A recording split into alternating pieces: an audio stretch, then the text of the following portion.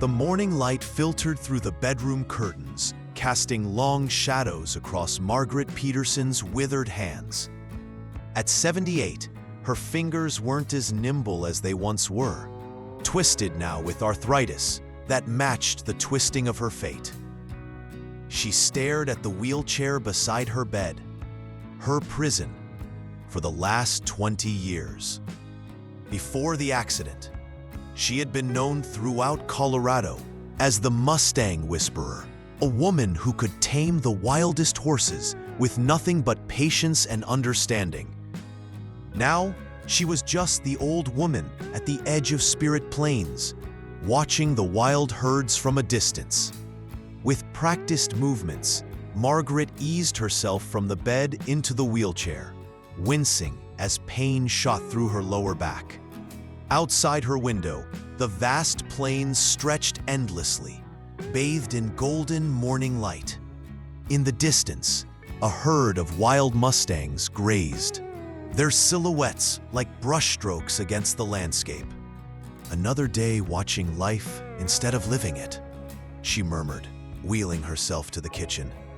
Her small ranch house was functional, modified over the years to accommodate her disability. Lowered countertops, widened doorways, ramps instead of steps, all reminders of how her world had changed in an instant when a spooked horse had thrown her, shattering her spine. The doctors had called it a miracle she survived. Some days, Margaret wasn't so sure it was a blessing. As she prepared her morning tea, a movement outside caught her eye. Something was different about the herd today. They seemed agitated, running in a tight circle. Margaret wheeled closer to the window, squinting to see better.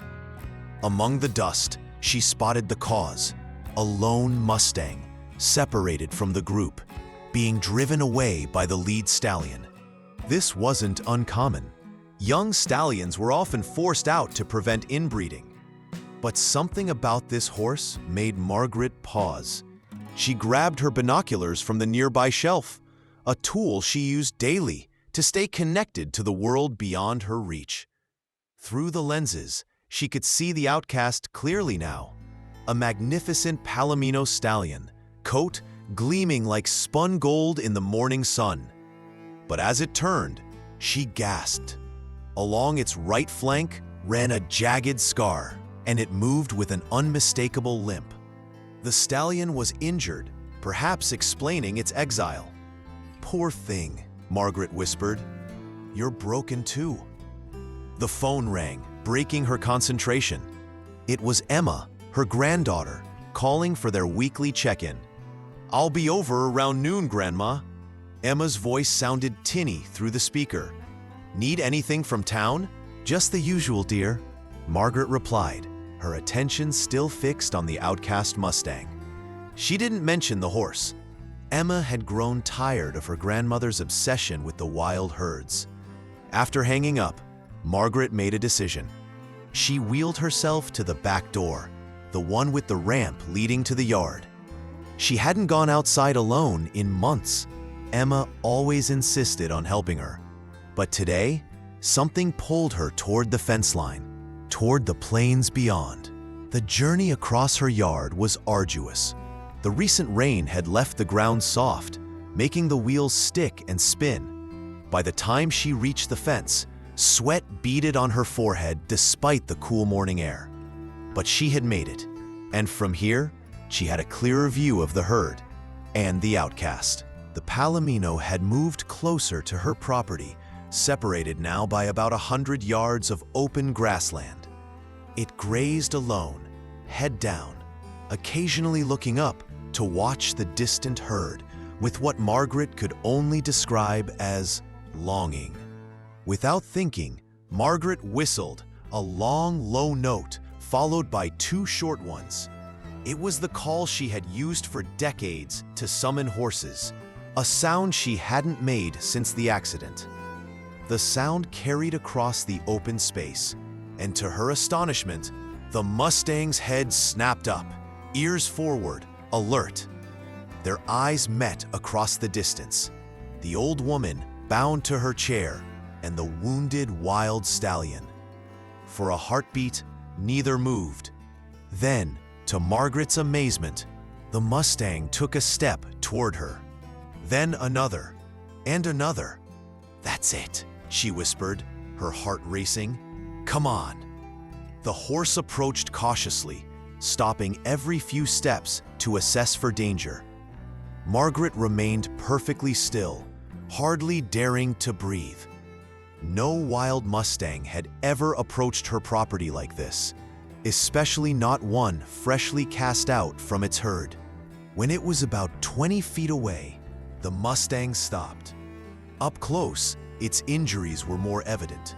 The scar on its flank was deep and poorly healed, and its right hind leg bore the signs of an old break that had mended incorrectly. Despite these wounds, it carried itself with unmistakable dignity. "Hello there," Margaret said softly. "You've had a rough time, haven't you?" The horse's ears flicked at the sound of her voice. It watched her with intelligent eyes that seemed to hold years of stories. "I know what it's like," she continued, gesturing to her wheelchair. "To be cast aside when you're no longer perfect." The Mustang snorted softly, as if in agreement. It lowered its head, sniffing the air between them, assessing. A truck engine roared in the distance, shattering the moment. The Mustang's head shot up, eyes wide with fear. Before Margaret could make another sound, it had turned and galloped away, its limp pronounced, but its speed still impressive. "Wait!" she called after it, but the horse was already disappearing into the tall grass. Emma's blue pickup appeared on the gravel road leading to the house. She pulled up to the yard and stepped out, her expression shifting from surprise to concern when she saw her grandmother by the fence line. "Grandma, what are you doing out here alone?" Emma hurried toward her, boots crunching on the gravel. Margaret stared after the vanished Mustang, a strange feeling stirring within her, something she hadn't felt in years. Purpose. "I just needed some air," she replied. But inside, she knew. She would be waiting here tomorrow, and the day after, for as long as it took for the golden Mustang to return. "You shouldn't be outside alone, Grandma," Emma said, adjusting the blanket over Margaret's legs as they sat on the porch. "What if you got stuck or fell from your chair?" Margaret smiled at her granddaughter's concern, but didn't reply. She'd been fielding the same worries for 20 years. At 78, she had long ago accepted the risks of living alone with her disability. "I've been thinking," Emma continued, brushing her auburn hair from her face. "Maybe it's time to consider Willow Creek." Willow Creek was the assisted living facility in town. Margaret's hands tightened on the arms of her wheelchair. "Emma, we've discussed this. This is my home. I know, but you're not getting any younger, and neither is this place." Emma gestured to the aging ranch house. "The roof needs work. The plumbing's ancient, and you're out here all alone." Margaret didn't argue. Instead, she watched the horizon, where the palomino had disappeared. "Did I ever tell you about the first wild Mustang I gentled?" Emma sighed, recognizing her grandmother's deflection tactic. "Only about 100 times. He was golden like the sun. Everyone said he couldn't be approached, but I just sat in the field every day until he decided I wasn't a threat." Margaret's eyes grew distant. Patience, not force. That's the secret with wild things. And with life. Emma checked her watch. "I've got to head back. Jason's got a parent-teacher conference, and I need to watch the kids." After her granddaughter left, promising to return in a few days, Margaret wheeled herself back to the fence line. There was no sign of the palomino, but she felt certain he would return. Injured and alone, he would need water, food, and protection from predators. The next morning, Margaret woke before dawn. She dressed quickly, ignoring the stiffness in her shoulders. By the time the sun crested the horizon, she was already at the fence, a bucket of water and some apples beside her. Hours passed with no sign of the Mustang. Margaret's disappointment grew as the sun climbed higher. Perhaps it had been a fluke, a curious horse that had already moved on. By noon, the heat had become oppressive, and reluctantly, she turned her wheelchair toward the house. That's when she heard it, the soft nicker of a horse. Margaret turned so quickly, she nearly tipped her chair. There, standing about 30 yards from the fence, was the palomino. It watched her warily, its golden coat shimmering in the midday sun. "You came back," Margaret whispered, her voice catching. She whistled again, the same pattern as before. One long note, too short. The Mustang's ears flicked forward. It took a tentative step, then another, approaching with the same caution as the day before. When it reached the fence, it stretched its neck, nostrils flaring as it caught the scent of the apples. Margaret held out her palm with a slice of apple. "Easy there," she coaxed. "It's all right." For a long moment, the horse stood frozen, indecision clear in its posture. Then, with surprising gentleness, it took the apple from her hand, its soft lips tickling her palm. Margaret's heart soared. It had been 2 decades since she'd felt a horse's touch. Tears sprang to her eyes, but she blinked them away, not wanting to startle the Mustang with sudden movements. "That's a good boy," she murmured, reaching for another slice. "I think I'll call you Spirit." Spirit accepted the second offering more readily, then drank deeply from the bucket she had positioned by the fence. His injured leg trembled with the effort of standing, but he made no sound of complaint. As Margaret studied him more closely, the extent of his injuries became clearer. Beyond the obvious scar and limp, there were older wounds, a notch in one ear, small scars across his muzzle, evidence of a hard life in the wild. Spirit's head shot up at the sound of an approaching vehicle. This time, it wasn't Emma's pickup, but a battered green truck that Margaret recognized immediately. Tom Blackwood, her nearest neighbor and a dedicated Mustang advocate, pulled up to her fence line. "Well, I'll be damned," Tom said, stepping from his truck and approaching slowly. "Is that the outcast from Rollins' herd?" Margaret nodded. "Been calling him Spirit. He came to me yesterday." Tom kept his distance, respecting the Mustang's space.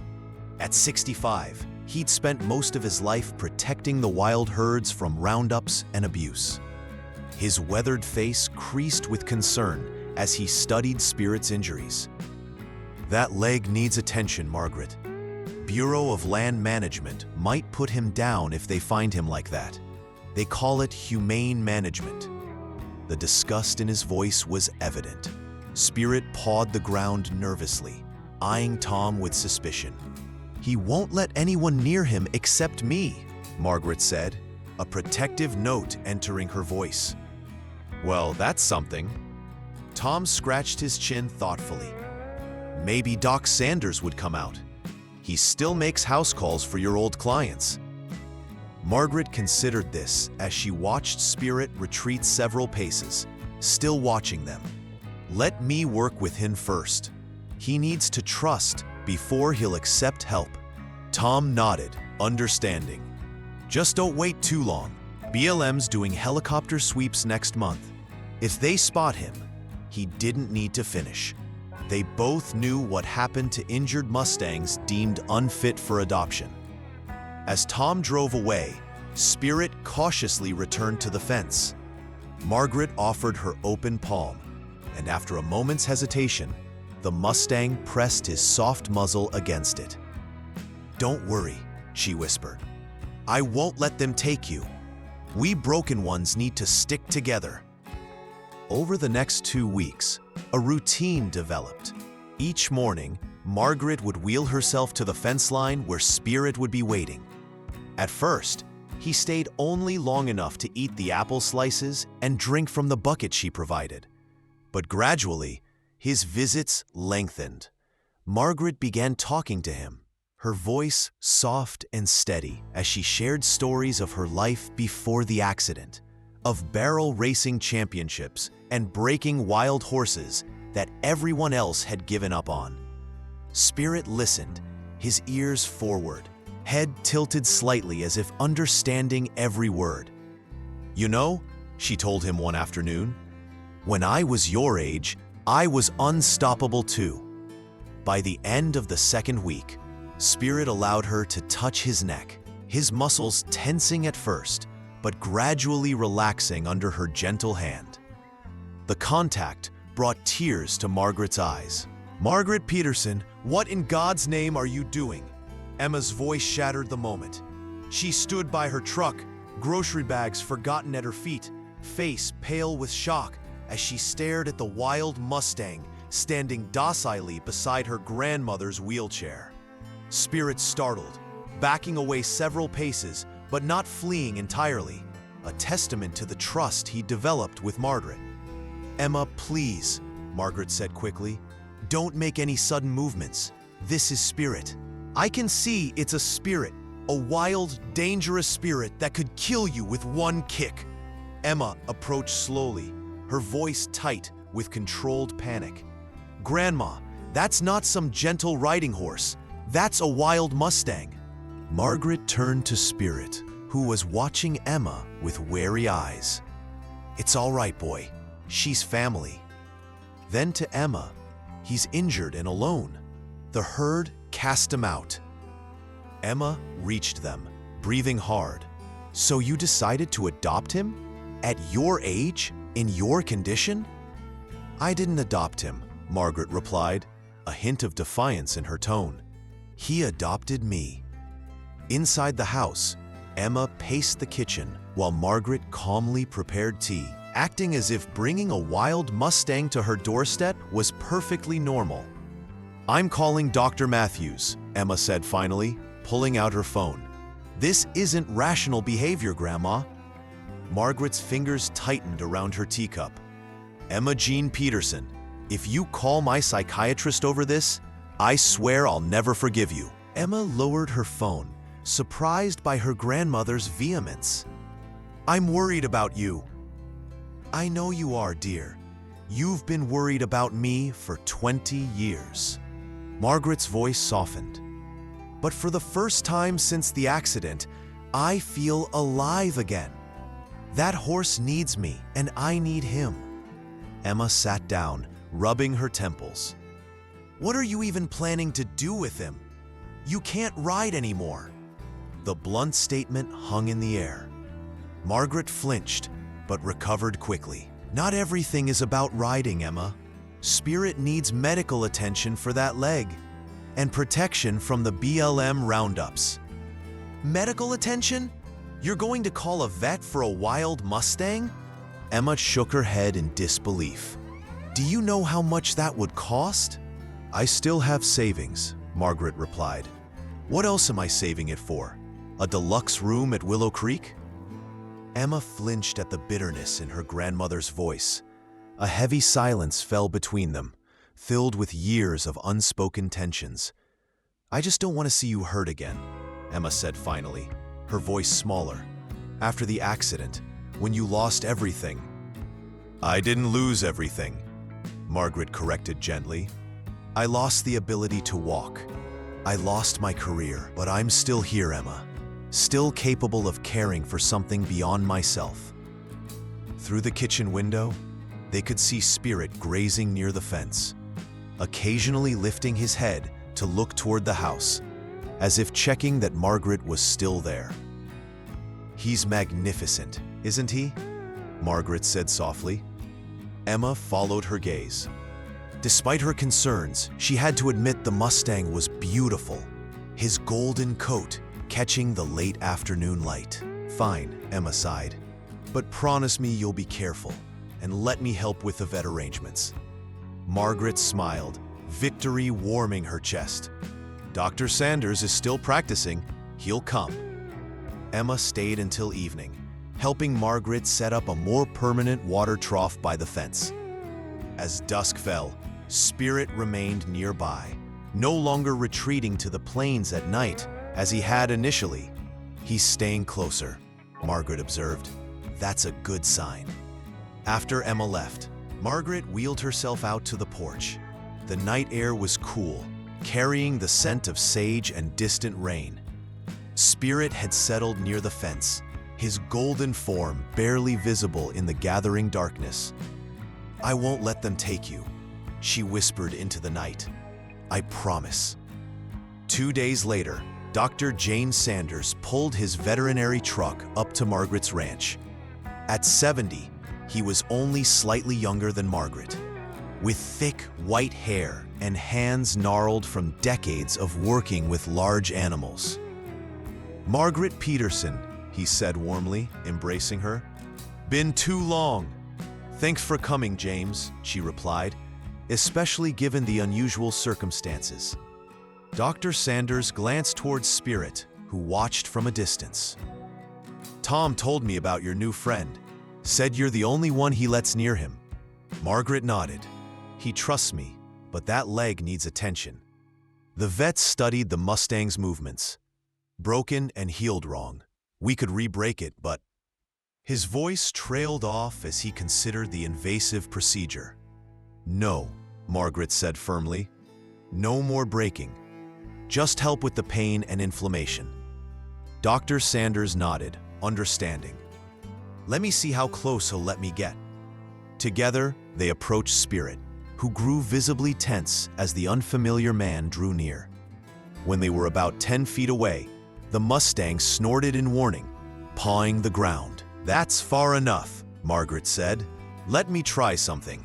She wheeled closer to Spirit, speaking softly until he relaxed again. Then, she gestured for Dr. Sanders to hand her the supplies. "You're going to have to talk me through it, James. I'll be your hands." Under the vet's careful guidance, Margaret administered anti-inflammatory medications, applied a special liniment to the damaged leg, and even managed to clean some of the old wounds on Spirit's flank. "You haven't lost your touch," Dr. Sanders remarked, impressed. "Some things you never forget," Margaret replied, her hands steadier than they had been in years. "You've got about 3 weeks before the BLM starts their roundup," Tom Blackwood said, leaning against his truck. He'd stopped by to check on Spirit's progress, bringing along a special feed mix for injured horses. "They've already posted notices in town." Margaret nodded grimly, watching Spirit graze nearby. In the months since he'd first approached her fence, his condition had improved dramatically. The treatments Dr. Longley did had improved dramatically. Sanders had prescribed were working. His limp was less pronounced, and he'd gained weight, his golden coat now gleaming with health. "What are my options, Tom?" she asked, though she suspected she already knew the answer. Tom removed his worn cowboy hat, running a hand through his silver hair. "Not many. You'd need to prove ownership, which means he'd have to be captured and branded." Margaret winced at the thought. "I won't put him through that trauma, not after everything he's endured." "Then you need to hide him," Tom said bluntly. "My place is the first they'll check. They know my stance on the roundups. But you?" He paused, considering. "You've been out of the horse world for years. They might not bother coming this far." Margaret wasn't convinced. Her reputation as the Mustang Whisperer might have faded, but it hadn't been forgotten. If the BLM was conducting a sweep in the area, her property would likely be inspected. "I could create a sheltered area behind the barn," she mused. "It's not visible from the road." Tom nodded thoughtfully. "It's worth a try. I can help set it up." Later that day, Emma arrived for her weekly visit, surprised to find Tom and several other neighbors helping to construct a small shelter behind Margaret's barn. "What's all this?" she asked, approaching her grandmother who was supervising from her wheelchair. "Protection for Spirit," Margaret replied. "The BLM roundups are starting soon." Emma frowned. "You're hiding a wild horse from the government? Grandma, that could be illegal." "Only if they can prove he's wild." Margaret countered. "He's on private property, being cared for. I'm breaking no laws." Emma looked unconvinced, but didn't argue further. Instead, she watched as Spirit observed the construction from a distance, occasionally approaching Margaret as if seeking reassurance. "He's really bonded with you," Emma observed, softening slightly. Margaret smiled. "We understand each other." By evening, the shelter was complete, a three-sided structure nestled against the back of the barn, invisible from the main road. Tom and the others left, promising to keep an eye out for BLM officials in the area. "Now we just need to train him to use it," Margaret said to Emma as they watched Spirit investigate the new structure, sniffing cautiously at the wooden walls. "Train a wild horse?" Emma shook her head. "If anyone can do it, I suppose it's you." For the next several days, Margaret worked patiently with Spirit, leading him to the shelter at different times of day, teaching him to associate it with safety and food. She used a series of whistle signals, different from her initial call, to summon him to the hiding place. One morning, as dawn broke over the plains, Margaret awoke to the sound of helicopter blades in the distance. Her heart raced as she hurriedly dressed and wheeled herself onto the porch. Spirit was already alert, his head high, ears swiveling toward the ominous sound. Margaret whistled the shelter signal. 2 short notes, 1 long. Spirit hesitated, torn between flight and trust. The helicopter drew closer. "Please, Spirit," Margaret urged, "go to the shelter." As if understanding the urgency in her voice, Spirit finally turned and galloped toward the barn, disappearing behind it just as the helicopter crested the nearby hill. Margaret breathed a sigh of relief, then composed herself as the aircraft circled lower. It hovered above her property for a minute before moving on, continuing its sweep of the area. For the rest of the day, Margaret remained vigilant. When a government truck pulled up her driveway that afternoon, she was prepared. 2 men in BLM uniforms approached her porch. "Mrs. Peterson?" the older of the 2 asked.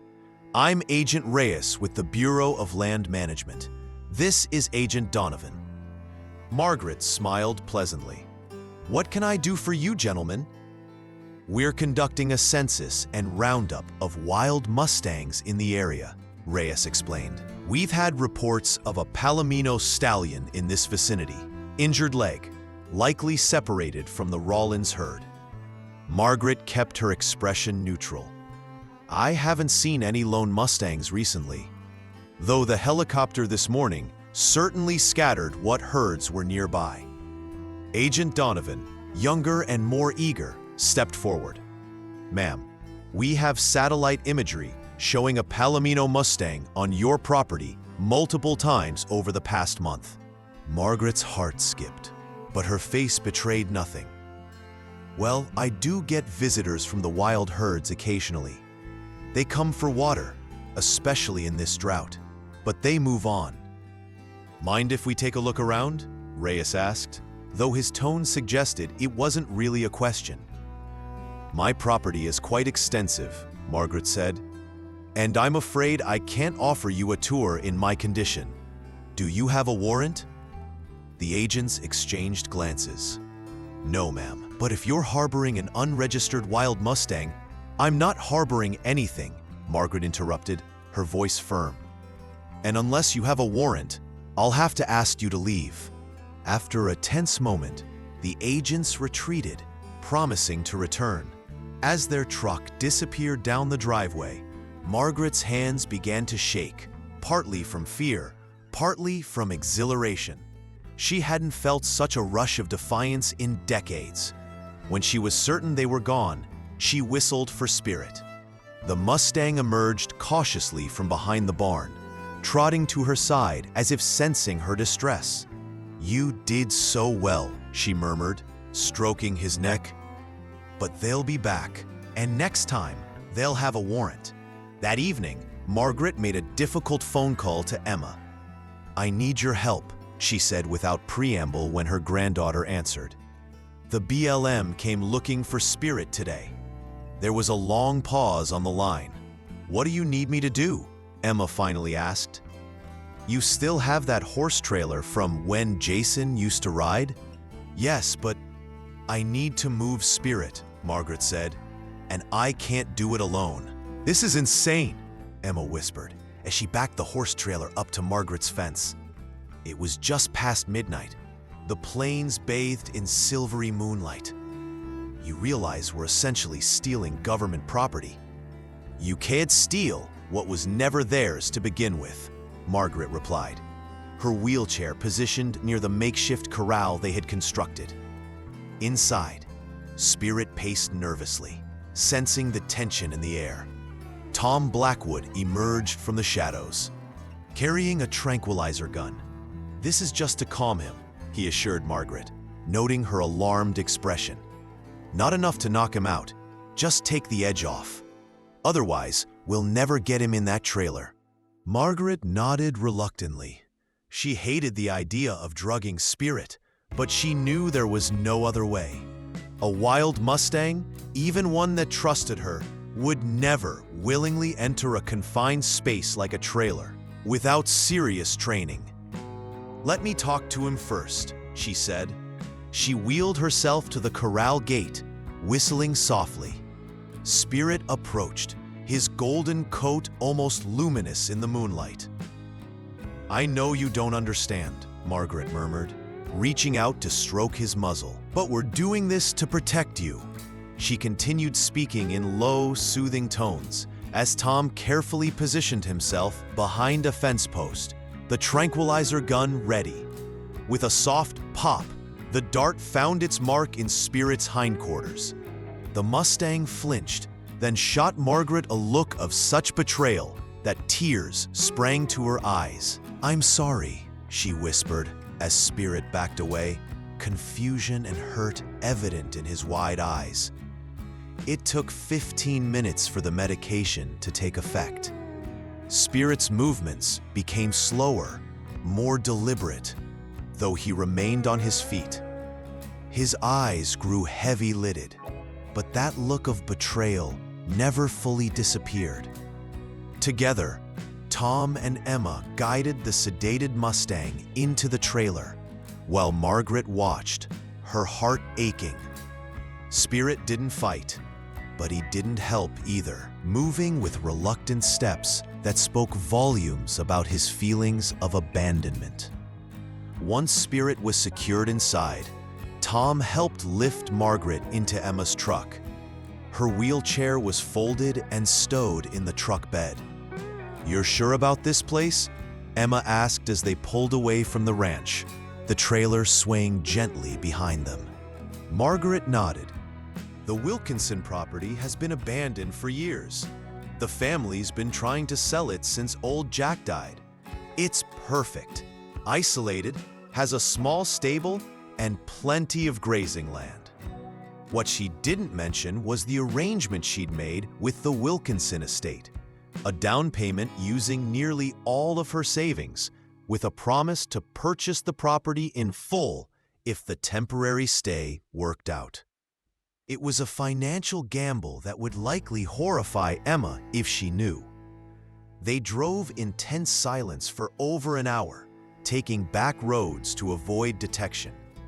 The Wilkinson Ranch was located in a remote valley, surrounded by dense forest on 3 sides, natural protection from prying eyes. As they pulled up to the dilapidated farmhouse, Emma cast a dubious look around. "This place is falling apart, Grandma." "The house is," Margaret agreed, "but the stable is sound, and we're not staying long, just until the BLM moves on to another area." The stable was indeed in better condition than the main house, its sturdy structure having weathered the years more successfully. Tom and Emma carefully unloaded Spirit, who was beginning to shake off the effects of the tranquilizer. His movements were still sluggish, but the clarity was returning to his eyes, along with that wounded look that pierced Margaret's heart. They settled Spirit in the largest stall, which Tom had prepared earlier with fresh hay and water. The Mustang immediately retreated to the farthest corner, turning his back on them. "He's angry," Margaret said softly. "Can't say I blame him." Tom nodded sympathetically. "He'll come around. Just needs time to adjust." Emma had prepared the small attached groom's quarters for Margaret. A single room with a bed, a hot plate, and not much else. It wasn't accessible by wheelchair, which meant Margaret would need help with even the most basic tasks.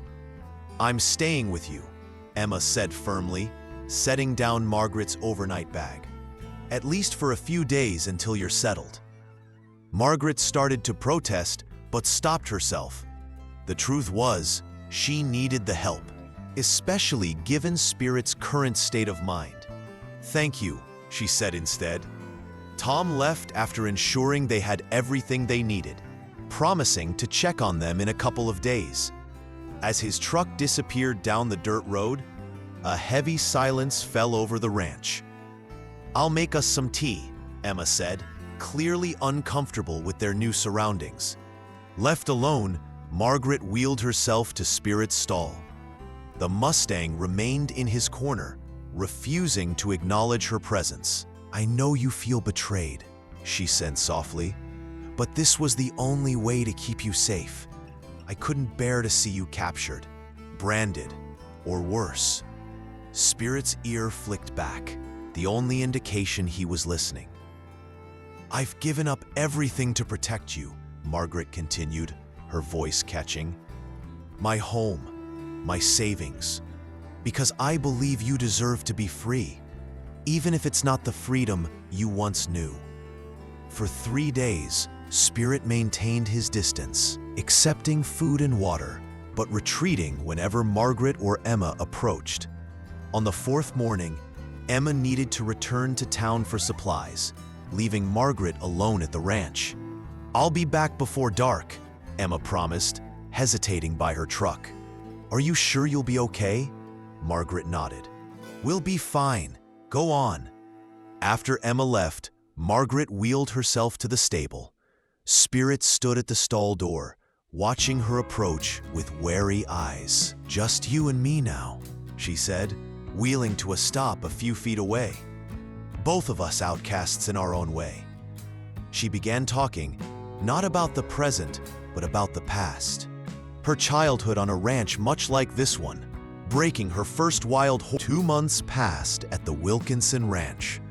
Autumn painted the surrounding forests in fiery hues of red and gold, and a crisp chill settled over the valley each morning. Margaret had made the groom's quarters as comfortable as possible, though the lack of proper accessibility remained a daily challenge. Emma visited twice a week, bringing supplies and news from town. "The BLM has finished their roundup," she announced one afternoon, setting groceries on the small table.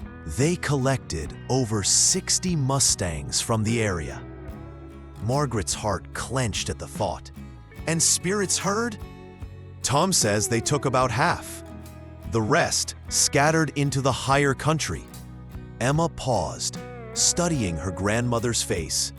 "No one's looking for Spirit anymore. The agents have moved on to Wyoming." Relief washed over Margaret. "So we can go home?"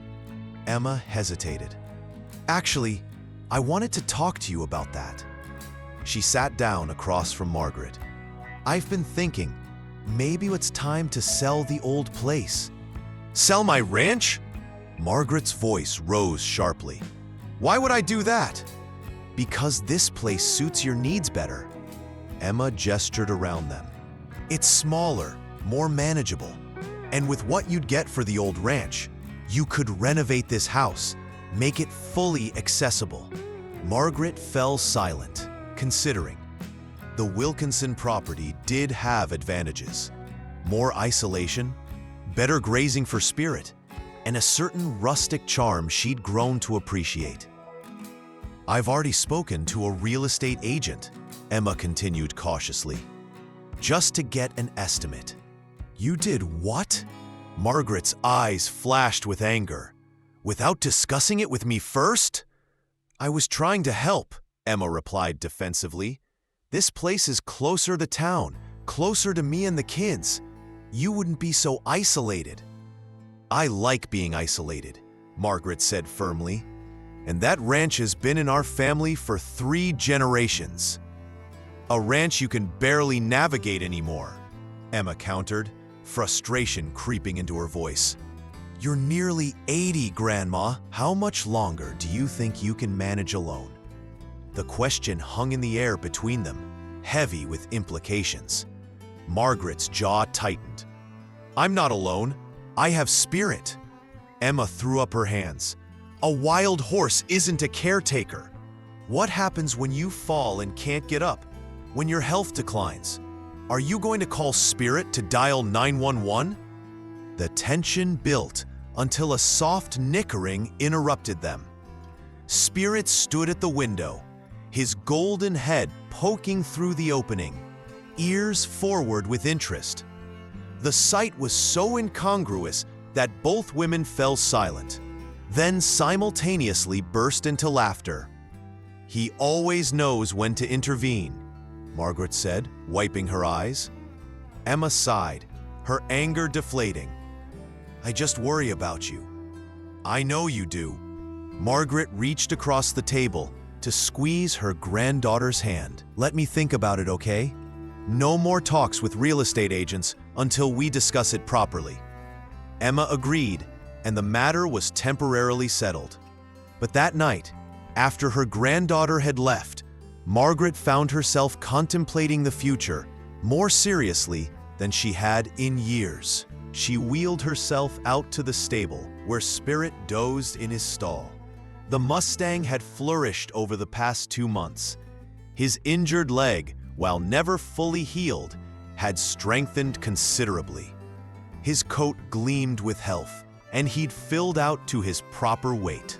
Most days, she left his stall door open, allowing him free range of the fenced pasture.